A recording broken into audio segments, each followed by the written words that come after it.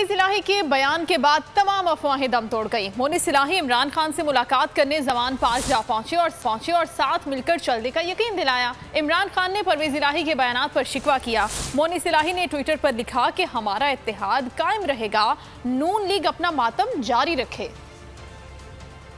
परवेज इलाही का बयान मुखालिफिन की खुशियां खाक में मिल गई। मोनिस इलाही वजाहत देने जमान पार्क जा पहुंचे। इमरान खान ने परवेज इलाही के बयानात पर शिकवा किया, जिस पर मोनिस इलाही ने इन्हें एतमाद में लिया। मुलाकात में मौजूद फवाद चौधरी ने भी मोनिस इलाही के कान में कहा, ऐसा मत किया करें। बातचीत के बाद दोनों रहनुमाओं में मिलकर चलने पर इत्तेफाक हुआ। मुलाकात के बाद मोनिस इलाही ने ट्विटर पर लिखा कि हमारा इत्तेहाद कायम है और इंशाअल्लाह कायम रहेगा, नून लीग अपना मातम जारी रखे। अगर आपको ये वीडियो पसंद आई है तो हमारे चैनल को सब्सक्राइब करें और बेल आइकन को प्रेस करें।